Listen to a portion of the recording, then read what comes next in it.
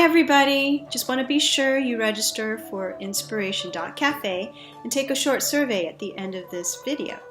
Residents of LA County will receive this goodie bag complete with hand sanitizer, masks, and tea from our culturally specific shows.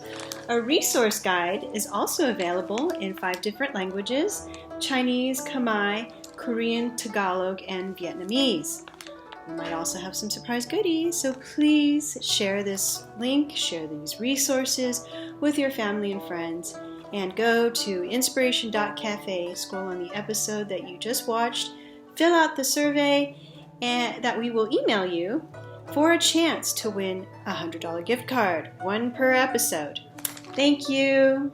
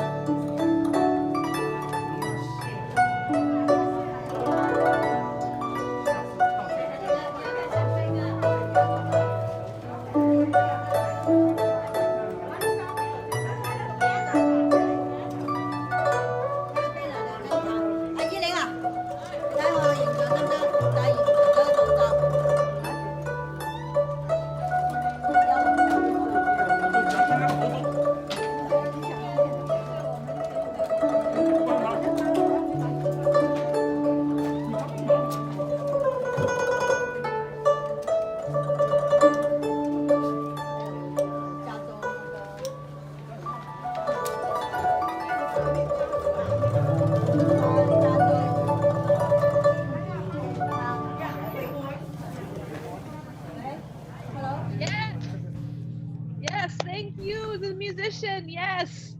Wow. That was so good. Now that you've seen the high art that China's culture has to offer, let me introduce you to the low art. It is I, Kristina Wong. I'm your host today. Gong hei fa choi, everybody. I'm live from Koreatown, aka Chinatown adjacent, or Beverly Hills adjacent. And I'm, usually Lunar New Year's is a time where for a lot of our family. Oh, how do we tell this kid that we're okay? We're going to get started. All right, we're going to mute the kid, okay? I'm sorry. He's cute. Very cute, but we got to talk about mental health because,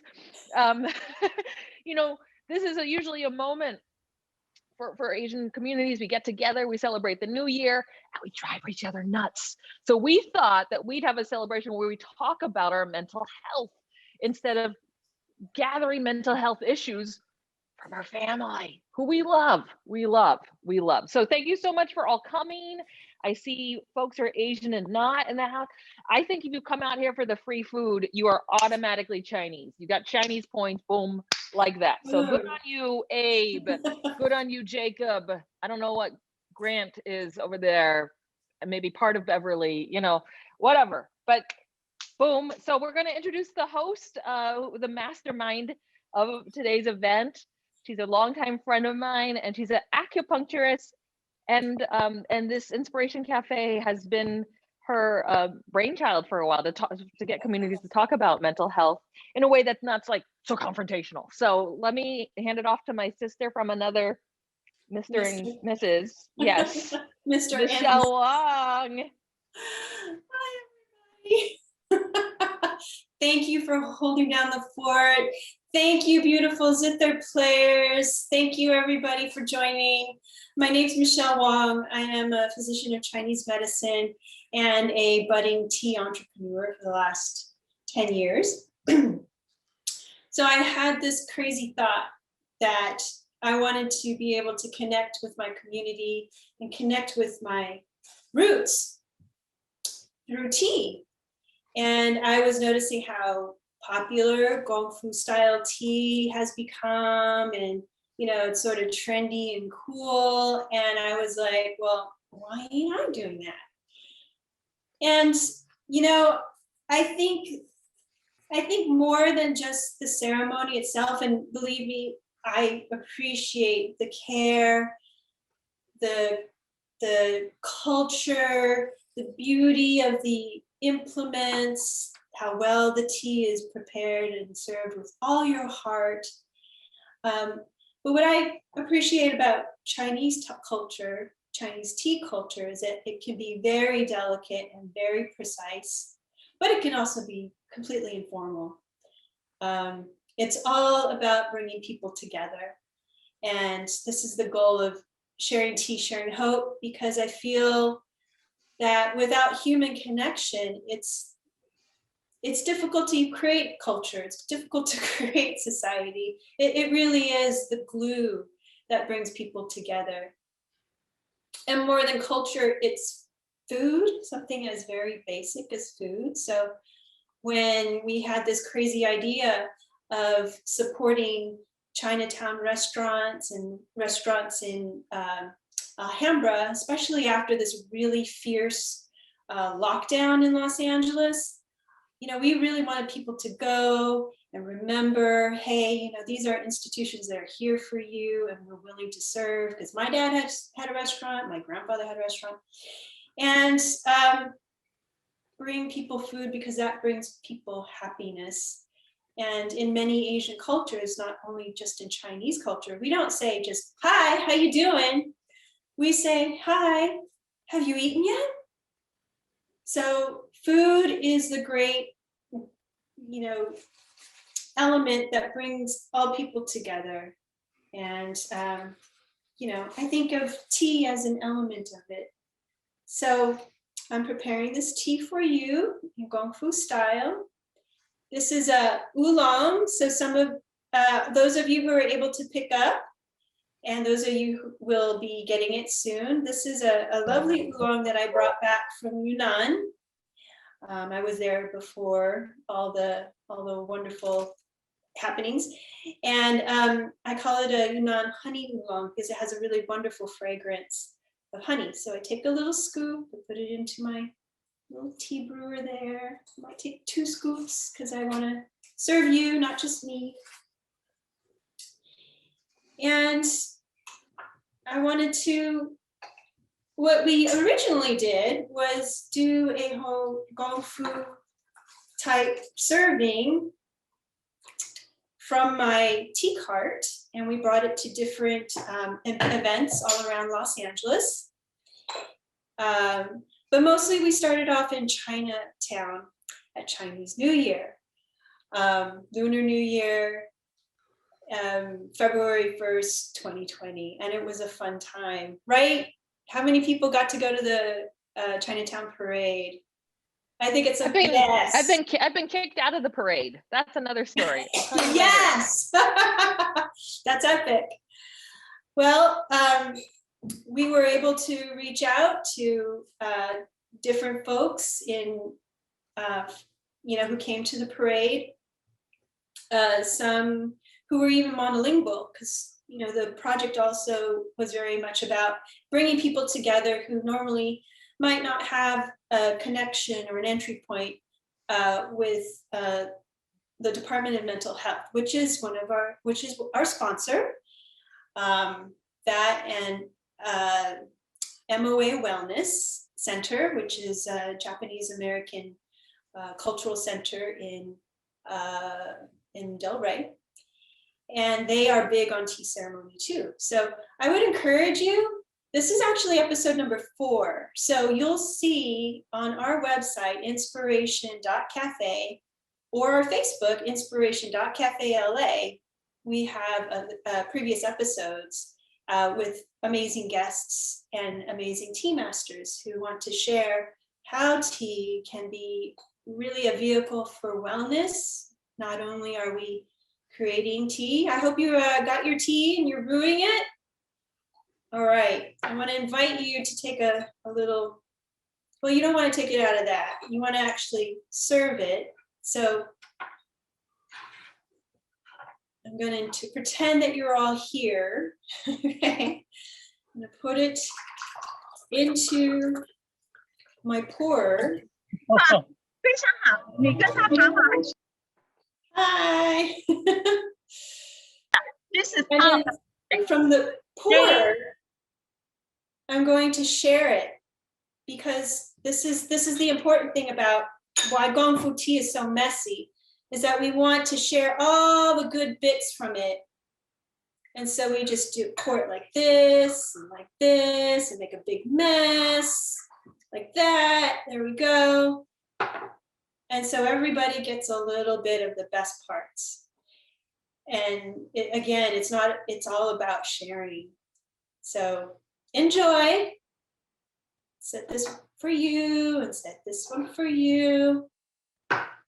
Now I'll have one of these actually so you can see it. Another aspect of enjoying tea, and I'm actually gonna take a little bit right here. Okay, in a clear teapot, you can actually see like the leaves unfurl.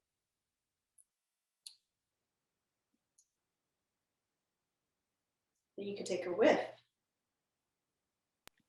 And this is the tea that we've all picked up, right? Yes. Can you tell us the name of this tea? It's Yunnan honey oolong. So it has really beautiful notes of oolong. It has like a natural sweetness to it without any sugar. So, I drink tea instead of coffee. I'm a tea person, and I drink it all day. So it's something that keeps me energized, but it's also keeps me caffeinated in a clean way. So I want to invite people to try different teas. And, again, this is something that we did in person to invite the community to just sit down and share whatever's on their mind. We don't even need to know your real name. Just that connection through tea was something that we were able to do for about 1 month, and then it all changed. So I'm going to have a sip. And I'm going to ask you, how you doing? I'm okay. How are you really doing? I think it's not always so easy to say I'm okay.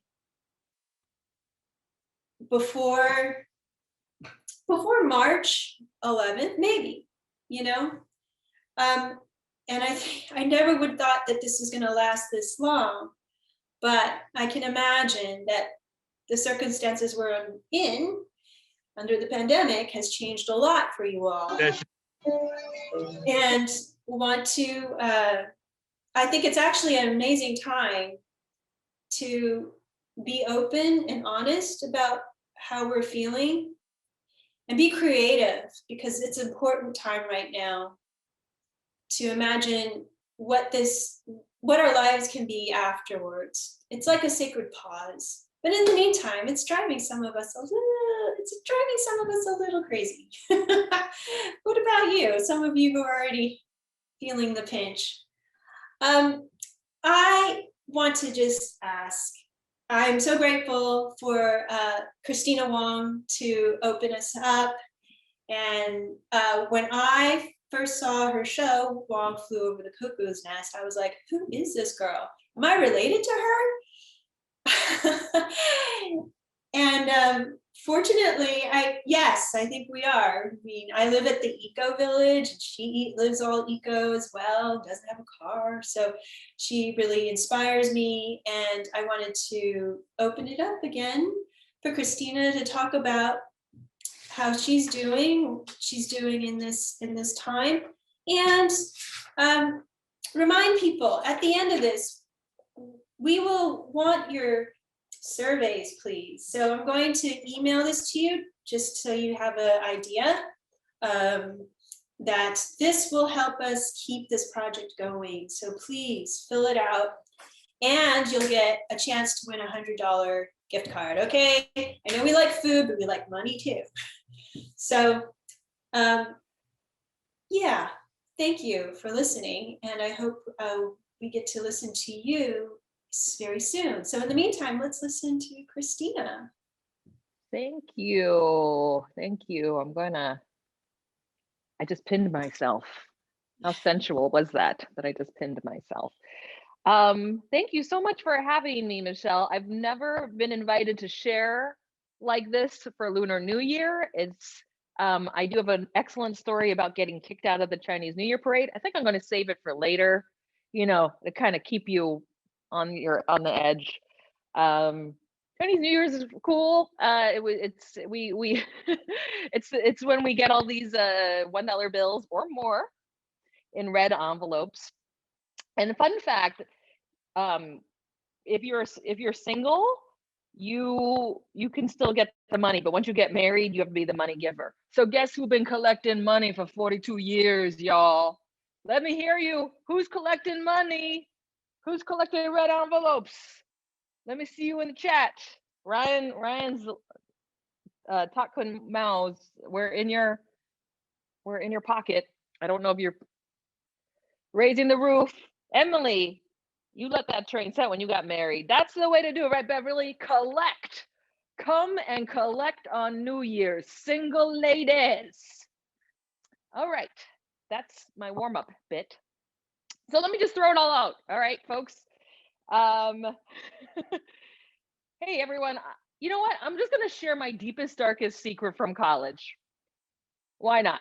Let's go big. It's the year of the ox. It's a pandemic. Let's do it. This secret potentially brings down the Wong family name. So literally like half the people in the Zoom room down. It brings more shame to my family than not graduating from UCLA with honors or paying full price at Ross when I could have taken advantage of my mother's 10% senior discount on Tuesday. Are you all ready for this big secret? Let me hear you. Are you ready for this secret, folks? Or am I just talking to a bunch of people eating free food who wandered off to the bathroom? Are you ready? Okay, Jacob's ready. Who's ready for my big secret? It's a big one. Help me out. I'm going to share you a secret. Come on. Okay, Emily's ready. That's 2 of you. Share. All right. I need a little bit more love here because I'm about to dump some stuff on you all. Okay. All right, I'll take it. Okay. All right, Andy's ready. We're good. Okay. Here's the big secret. When I was in college, I saw a therapist. Now, to add to the big tell-all secret, I didn't just see one, but I saw 2 different therapists in college because I am such a baller. Now, being in therapy isn't exactly something people want to talk about, especially if you're Chinese. Come on, Chinese people, make some noise. Exactly. That's a pretty good effort from us. Now, I grew up believing that being miserable is just part of being Chinese American. Life is supposed to be miserable because hard work is miserable. Had my parents and my immigrant grandparents not worked through their misery, I wouldn't have the opportunities that I have today. Passing that legacy of misery on to your kids, the guilt we carry, is what makes us work harder. Bucking up and moving forward through that misery without complaining. This is the Chinese way. Because Chinese people, we do not strive to be happy. We strive to be successful. We don't see therapists. My mother told me at 13 years old that I was never to see a therapist. It was too expensive. And if anyone found out that you saw a therapist, Kristina, you're not going to get a job when you grow up. As if these therapists would write my secrets down, keep them in a file cabinet, keep tabs on my every move for decades after my visit, track me down. And one day when I'm interviewing for some job or promotion down the road where they would crash through the door of my interview and they would hand that potential employer a full record of my visit from so many years ago. This therapist, who I was made to think would help me, was actually conspiring to ruin me. They would tell the people who would one day employ me that there was once a time in my life so long ago where I was too emotionally weak to do data entry or customer service and therefore be destined for a life of unsuccessfulness. I mean, what kind of weak person tells a total stranger their problems? See, my grandparents, they left China to escape communism. They learned you don't tell anyone anything that can be used against you. You do not trust your neighbors, your friends, certainly not the government, and therapists. Even those nice hippie ones with the bongo drums in the corner of their office and macrame wall hangings, they are government spies.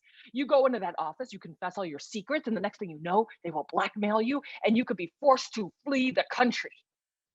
Now, my mother pointed out to me time and time again that the financial logic of seeing a therapist made no sense. I mean, if I could afford the $150 an hour to talk to a therapist, how could I say I actually had problems? I mean, back in college, it would take 2 to 3 full days of work for me to earn $150. Was that time that was that potentially worth that one magical hour of releasing my problems to a stranger? God, I wish I had $150 to pay someone listen to me speak. That would mean I was rich. And if I was rich, I'd have no problems because rich people are successful. And that's what Chinese people strive to be: successful, rich. Now, misery is a great way to save money. Misery is a great way to save face. Misery is the Chinese way. This is what I grew up believing, that the pursuit of joy is not worth $150 an hour, that the prospect of not wanting to off myself is not worth $150 an hour. I am not worth $150 an hour. Depressed people are weak. I'm not weak. I'm successful. I'm an honors student. I'm a good daughter. I am a scholarship student. And if anyone on the scholarship committee finds out that I've ever seen a therapist, even years after the fact, I could have my scholarship retroactively revoked. Nope, no, I'm not depressed. I'm fine. Totally fine. Besides, if I was depressed, I would look like the pop culture images of depressed people. Rock stars with a public platform to lash out, and a stable of emo fans wanting to emulate their every move. I read like those celebrities addicted to painkillers who forget to put on underwear before running around Sunset Boulevard for the paparazzi, or those stock images of white women on psychology brochures against rain-speckled windows, always looking forlorn, always against rain-specked windows. None of these images are me. I'm a silly, smiley, jokey person. I'm a funny person. I laugh a lot. I'm just unhappy a lot of the time. I'm fine. I'm totally fine. Now, the first time I see a therapist is in my second year at UCLA. I cannot focus in classes. I have stress ulcers day and night. I have anger I cannot channel anywhere. I want to get better, but I can't let anyone know I can't deal. Now, I find out that as part of my student fees, I can see a therapist for up to 8 free visits. A free therapist worth $1,200? And now my Chinese side is really conflicted. Do I bring complete and total shame to the Wong family name by seeing a therapist? Or do I bring complete and total shame to the Wong family name by leaving $1,200 in free services to waste on the table? I booked the appointment while crouched on the floor of my dorm room when all my roommates are out. As it turns out, there is quite a long wait to see a free UCLA therapist. You mean I am surrounded by people on this campus who are also secretly losing their minds? Like me? Who are they? Who else is miserable? Everyone else on this campus looks fine. The woman on the phone asks if there are any special circumstances that require me to see a therapist sooner. Oh my God, is this call an audition? But I have no monologue prepared. And I really want to see a therapist. No. I'm so angry, I want to hurt someone. Don't do that. That's not crazy. I'm constantly crying all the time. I don't know how to help. So, okay, no, not good. Not good enough. No. They want to see blood, carnage, open wombs. Yeah, that's fine. I'll take the first available appointment in 4 weeks. When it's time for my appointment at Student Psych Services, I put on my sunglasses. I take the back way in. I time it so that I spend a minimal amount of time in the waiting room where people cannot memorize my face nor form opinions on me. I hide behind a magazine. Look at all those normal looking people waiting to see a therapist. They all look fine. That's because they're spies who are out to tell the whole world I'm miserable, even though it's the Chinese way. The receptionist calls my name. Kristina, they're ready to see you now. Not so loud. I enter the office. The stage is set. A box of Kleenex, a clock. The therapist they give me is an older white man. I have to say, I have no idea what therapists are supposed to do. I've seen them on sitcoms like Growing Pains or Frasier. They charge big bucks so their white clients can recline on the couch, this magic couch, pining about their lives. I mean, how is this different than hanging out with friends besides the cost? Maybe it's just like a magic thing that white people have access to, that now I have access to. Now, I don't know if it's right or not for me to cry and rehash as much of my past as I'm doing. I feel a little weird telling a white guy about some of the low key racism that I feel like I'm experiencing at UCLA, because I don't want him to feel attacked. So I find myself being really gentle as I tell him about the racism because, it could really hurt him to hear about racism, because it is my job to make him feel comfortable with my experiences of racism. I don't know what's supposed to happen in these sessions exactly, but a lot of my stories are being met with silence from my therapist. Am I boring my therapist? I am boring my therapist. So I jazz up the stories. I tell them with more emotion. I add more raw details. I gesture to make clear that these moments of my life make me feel a certain way. I relive the worst moments of my life only to have my therapist.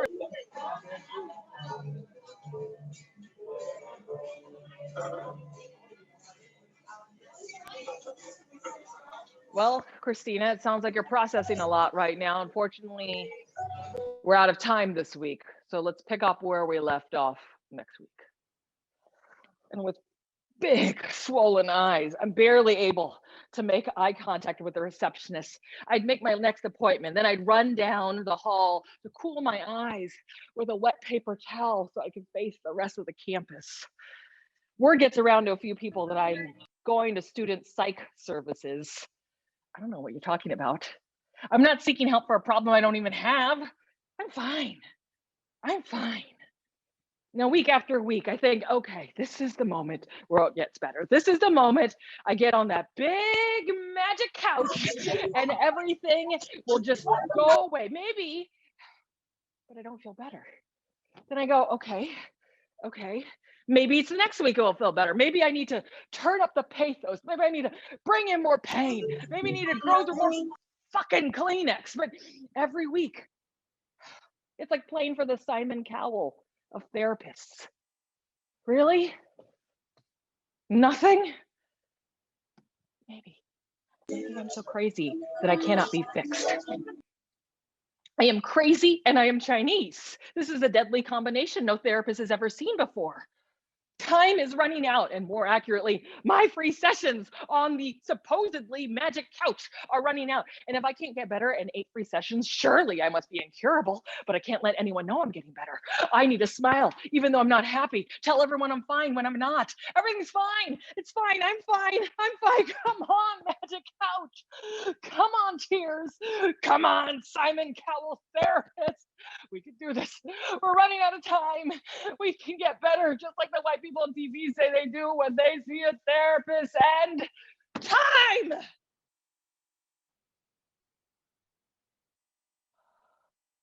That's it? My free sessions are over? Then why don't I feel better? Now, don't get me wrong. A lot of my friends will say therapy saved their life. And for me, it just wasn't going to be what saved my life. And that made me panic even more. Maybe my mom's right. Chinese people don't go to therapy. Maybe the mental health field just isn't for us. It's a mostly white field with mostly white practitioners, mostly white patients. They don't understand people of color. They've only read about us in books and studies where we exist as cultural specimens. And besides, so much of Chinese culture can be interpreted as a mental disorder when it's just being Chinese. Like when I told my white friend about how my grandma's TV remote is mummified in plastic wrap and she's superstitious about food passing through certain doors in the house. He asked, does she have obsessive compulsive disorder? And I'm like, no, she's just Chinese. And like, just because I'm simultaneously working on 12 projects at the same time and only half of them gets done and I barely sleep doesn't mean I have attention deficit disorder. I'm just Chinese. And like, just because I still cry for weeks on end that I didn't get accepted to UC Berkeley doesn't make me prone to depression. I'm just Chinese. And just because I scream at my guests to take their shoes off in my house doesn't mean I have some sort of social anxiety disorder. I am just Chinese. Okay, so this is not the speech about how everything gets better because you just go see a therapist or talk to somebody. See, human beings, we're this complicated amalgam of histories and traumas, and sometimes there's no quick solution. Maintaining mental health, staying sane, functioning day to day, it's not easy for anybody. Therapists are not one size fits all. They don't have magic wands to make it better in an hour. Sometimes you need to shop around and figure out if there's a better match. Now, where I found the piece that led me to where I am today is as an artist. I took this class taught by LA Opera director Peter Sellers. It was called The Invisible World. And every week in class, we made these performances that felt like there were no rules. And I worked out a lot of my pathos in those classes and performances that happened on rooftops and hallways and stairwells. And I was taking all this pain and I was making it into something for others to witness. And it was transformative. And best of all, afterwards, we would just sit around and talk about what we made and eat hummus from Trader Joe's, just healing hummus. And every show I did, every story or agony I wrote down, it made it less of something I was living with alone. And it was in that class that I had this strange revelation that maybe instead of paying a stranger $150 an hour to listen to my problems, that I could get strangers to pay me to listen to me talk about my problems. So I toured a show called Wong Flew Over the Cuckoo's Nest for 8 years, and the show explores a topic not enough people are talking about, which is the high rates of depression and suicide among Asian American women. When I started the show in 2006, young Asian American women had the second highest rates of depression and suicide. Now, when I read the statistic, it felt surprising, yet familiar. That maybe there were more people out there like me telling me the world was fine and they were fine when it wasn't. Now, screaming aloud my deepest, darkest secret that my mother was convinced would bar me from ever getting a job is the job that I have. And I've toured the entire country and I've met a lot of people, Asian American and not, who confide in me after my shows. They tell me about their depression. Sometimes they share their suicide attempts with me. And I listen and I hold space for them to not feel embarrassed to express how challenging it is to express our mental health. I've also learned that there are therapists who are culturally competent, and there is so much more training for therapists to center the needs of people of color. Now, as a patient, you have the right to keep asking for what you need. You can ask, how does this work? And you can keep looking until you find the therapist that's right for you. Now, finding a therapist, it is a very tricky thing, but not as impossible as it once was. I'm also learning I'm part of a culture of young Asian Americans who aren't afraid to talk about depression and being publicly flawed. They give me hope and they help me be my more authentic self.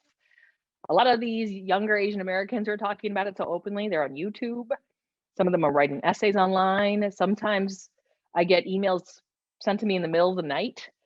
I often wonder how different life would have been had we not been embarrassed to just be honest about who we are as teenagers and not being okay all the time. And if we had each other to confide in. So thank you, everyone, for listening to my speech. I feel better. Okay, how much do we pay you now? Thank you, Kristina. Red envelopes, baby. Red envelopes. Cash for depression stories, folks. Cash for depression. Okay. Wow. Thank you so much for sharing. And I know that this is real, right? It's real. This isn't a made up thing. This is something that I know Kristina sharing her stories, her true stories are not only an act of bravery, but for us, it is practicing compassion. Compassion to listen, compassion to laugh, and compassion to see those stories in ourselves and give ourselves permission to be a little bit braver, a little bit kinder, a little bit crazier, and reach out when we need it, because there's always somebody there who will listen. It doesn't also have to be a therapist either. Is Linda here? If Linda's not here, Aww. I can tell you how I was kicked out of a parade once, or we can do another part of the. Well, maybe I just. Okay. Well, before we ask you how you got kicked out of the parade, because I'm missing parades right now. I really am. But hey, does anybody else have something similar they want to share about college? I mean, college was a fabulous time for me. I was crazy busy, but it was also a time when I had a lot of uh, people that I knew go through times where it was just really difficult. And I don't know how many times I had to evacuate my dormitory because somebody jumped. And we know right now people are, thinking some very difficult thoughts. And it's always good to access and talk to somebody. There's suicide lines that I would encourage people to talk to. But if you have other creative ways, I'd love to hear it. Love to hear how you're dealing with your thoughts right now in the middle of a pandemic. Anybody like to share? I see Emily's here. Emily's a mental health advocate. Do you want to share how you're dealing? If not, I'm just gonna just say names and you can. Hello. Hi. I have my video off because like I'm like outside and yeah. Have I been coping with mental health? Just staying active and doing things that I enjoy. I mean, because life is short and it's important to do things you enjoy in life. So to handle my distresses, I have coping skills from a support group that I go to with Recovery International, and they've pretty much helped me. It's like cognitive behavioral training. And the more you hear the tools that they share, the more it becomes ingrained into your own mind. Some of the tools they share is endorse yourself for the effort, not just for the performance. And because we live in a capitalistic culture of wanting to be very productive in life, we we don't give ourselves credit for trying. And so it's really important for us to pat ourselves on the back for every effort that we make, even if mistakes are involved. So it's helped me to learn how to be more forgiving of myself, because I know I've been very hard on myself before. I underestimated myself. I was always so hard, had a lot of just anger, and I think part of it was because I didn't know how to love myself. And through some of these coping skills from this group, it helps me to decrease my levels, just to help to be more calm. And in times when like I've felt a lot more distressed before, like sometimes like if I lose something, like my wallet, my keys, misplace something, and I used to get really angry at myself, but now I tell myself, hey, this happens to everybody and not just myself, and so this is normal. And so that's I try to normalize it and say, hey, it's okay. It's this happens to everyone. Don't beat yourself up for this, and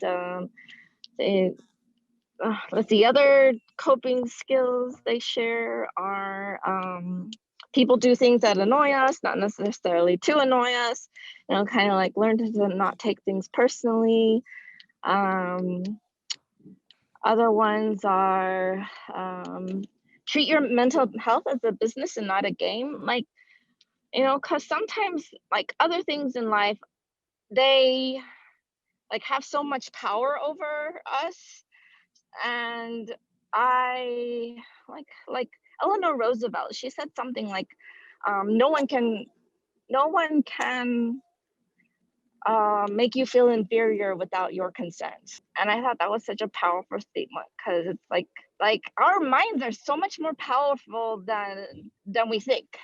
And I relied so much on external validation before.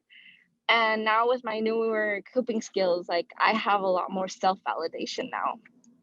And that's what helps me with my mental health and learning to have more self-compassion and love ourselves. And I think that was the beginning of my mental health journey, learning to love myself, and it's been good since. So and I think it's like the way we treat ourselves, the way we treat others is also a reflection of how we treat ourselves.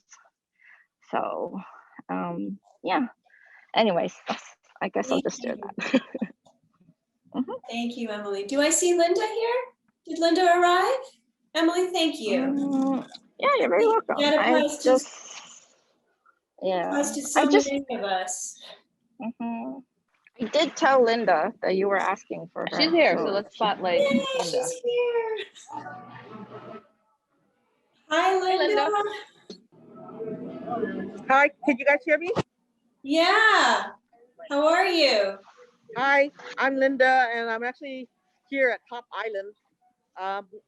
I'm a co-facilitator with for NAMI support groups with Emily, and I'm really happy to be part of this event. Angela, and, do you have your battery? Honestly, I would tell you more about my story, except it's hard for me to hear with all of this chatter in the background. So I just want to wish everyone a happy new year.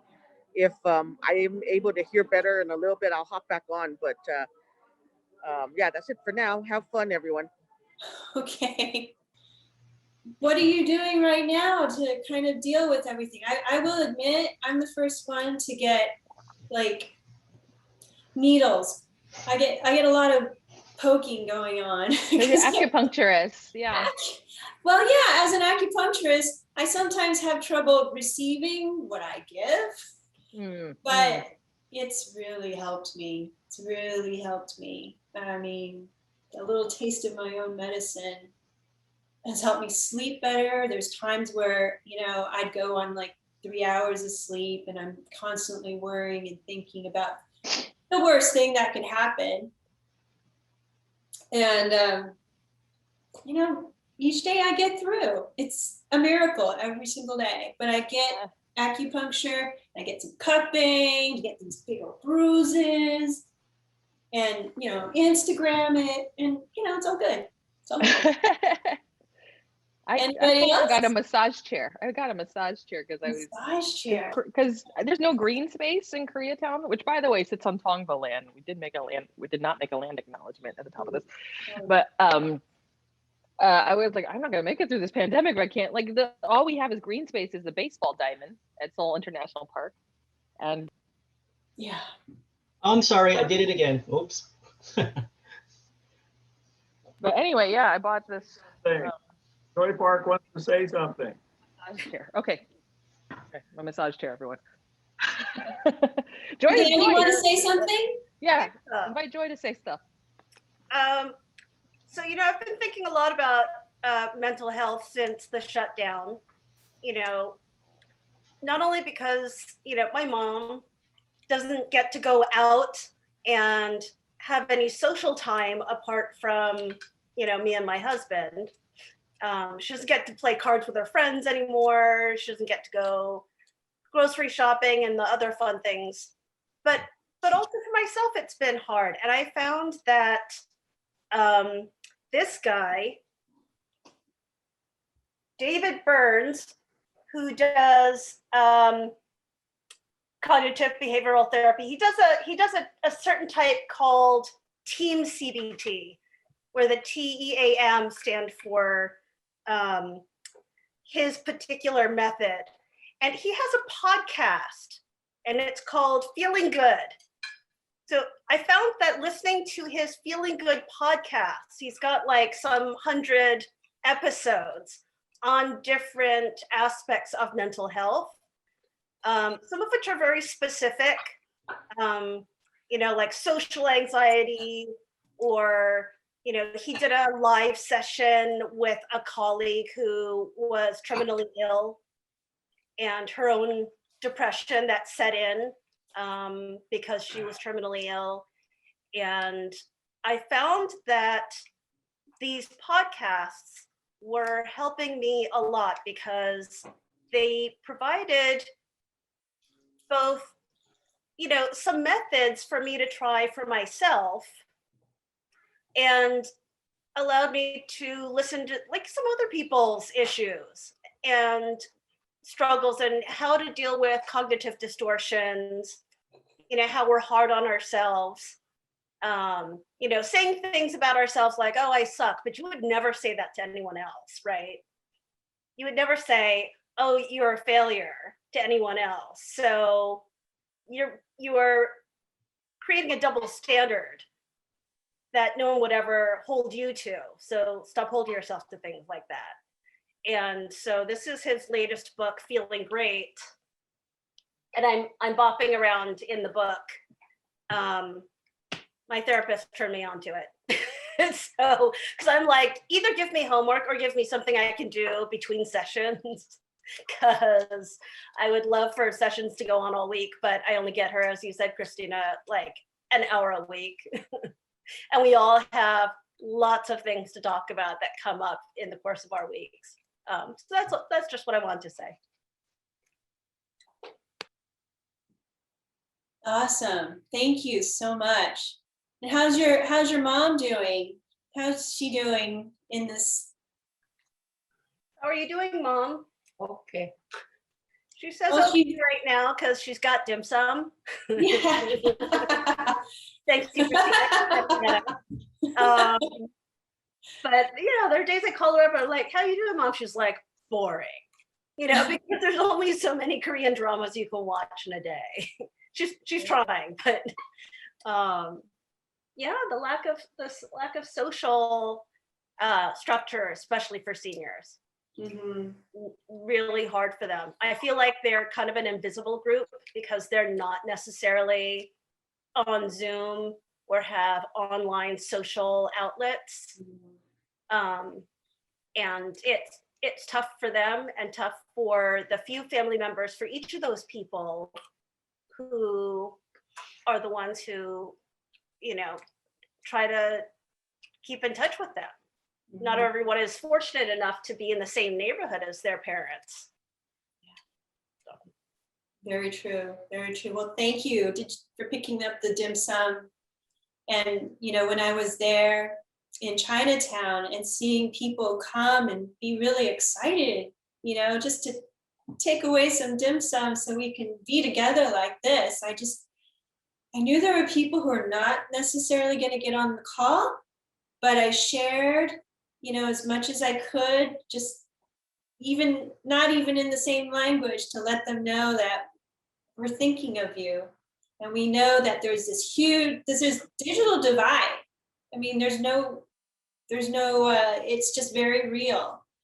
And, some of the people that I wanted to reach are just not going to get on the Zoom call, but we can still reach them. And I'm so thankful to Foundation Hours for helping do the outreach and, caring about the same people that are our mothers, our grandmothers, our grandfathers, our uncles, who aren't going to get on the Zoom call, but hey, we can bring them food. We think about them. And, I'm hoping that we can get this translated so they can watch it and understand some of our stories too.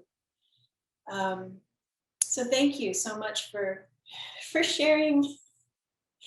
Anybody else want to share how they're getting by at this time? Okay, deathly silence here. All right, let's see. Do we have the zither players? Are they done? Okay. I got kicked out of a parade. If anyone wants to, I'm just giving you filler if you need it. Well, to tell you, how many of y'all want to hear about how Kristina got kicked out of the parade? Go for it, Kristina. Go for Yay! Let's go for it. Because we miss the parade. We miss the parade. Yes.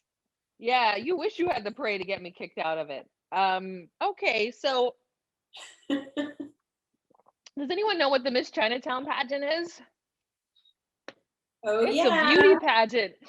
It's a beauty pageant for perfect Chinese American women.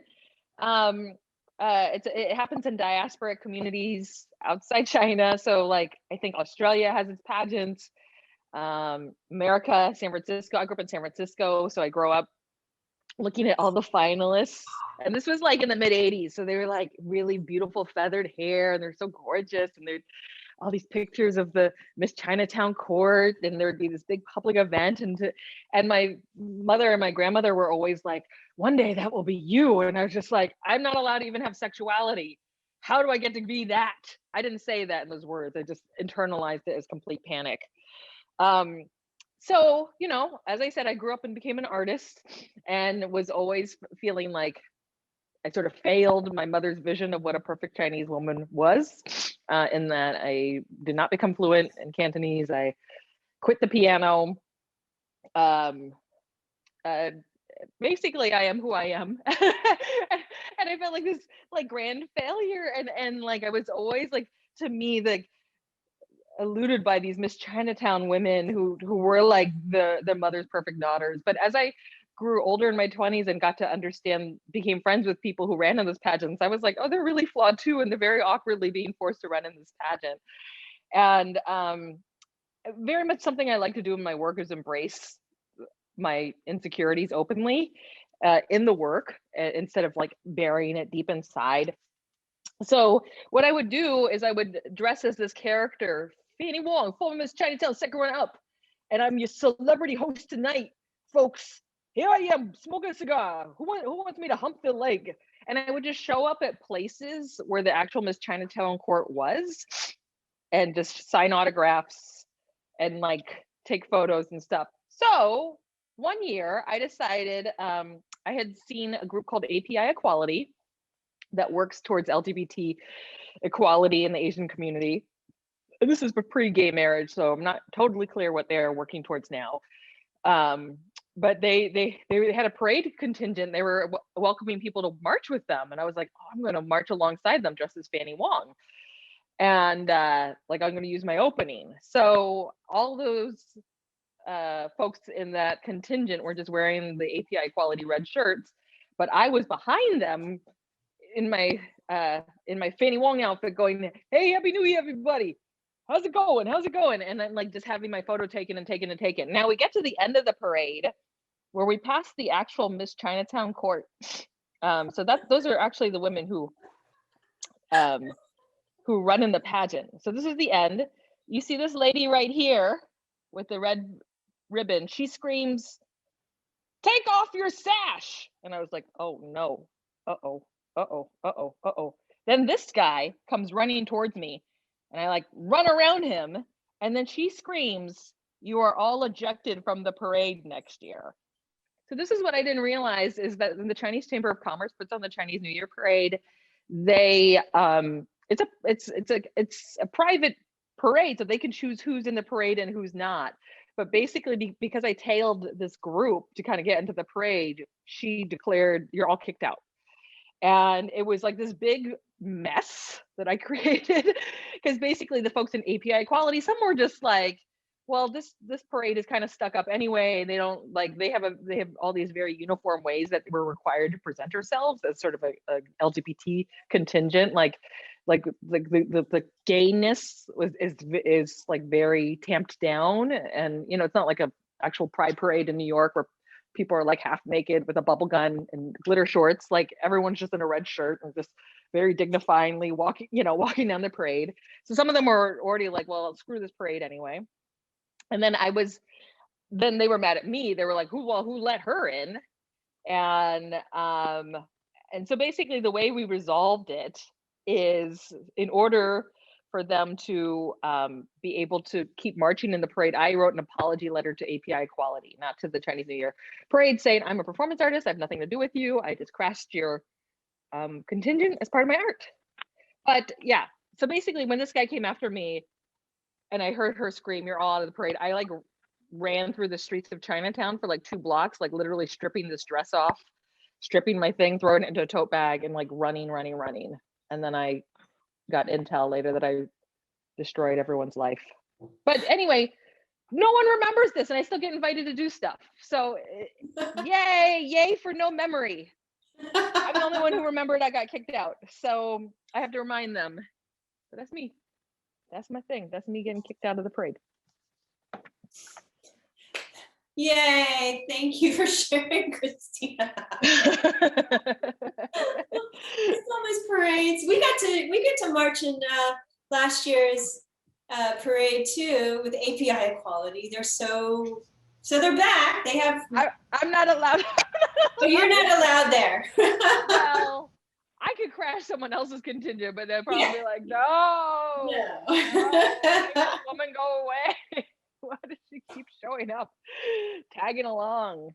I hear ya. But you know, Ep.4 is still here. I used to crash different events dressed as that character, and then after a while, the same organizations invite me back. So this goes to show, if you're annoying enough, they'll just roll out a carpet for you eventually. You know.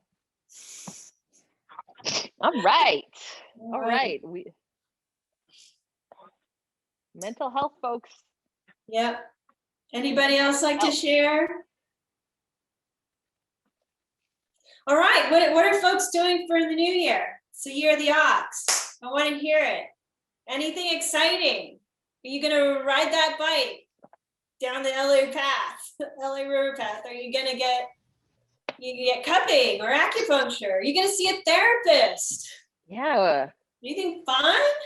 You gonna register to vote? Again? Or for the first time? It's like never-ending voting season. What's going on over there? I think the people are just all passed out. This is quite a lot of dim sum. It doesn't look like a lot, but it's quite filling.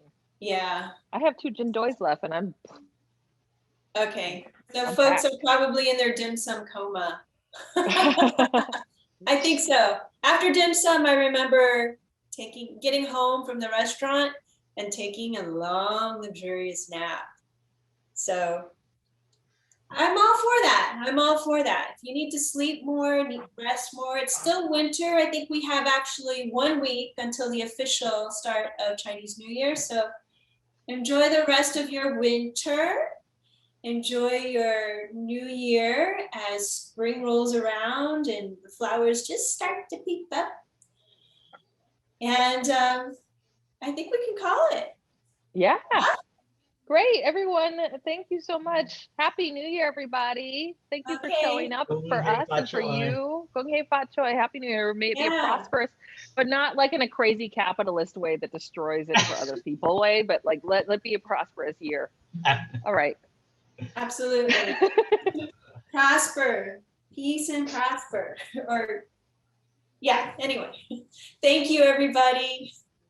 Gong hei fat choi. Thank you. Thanks for coming, Jacob and Beverly. Beverly didn't even get dim sum because she's on the East Coast. Oh, Andy, Gail. I hope it was worth it, Gail. Hope you're all full over there. Okay. Take a nap. Yes. Or drink some tea. Yes. Be up all night.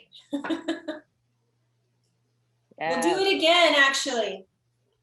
February 21st. So be sure to check on inspiration.cafe LA on Facebook, or just check the website inspiration.cafe, and we'll have our final event, and you will have tea and maybe another little goodie.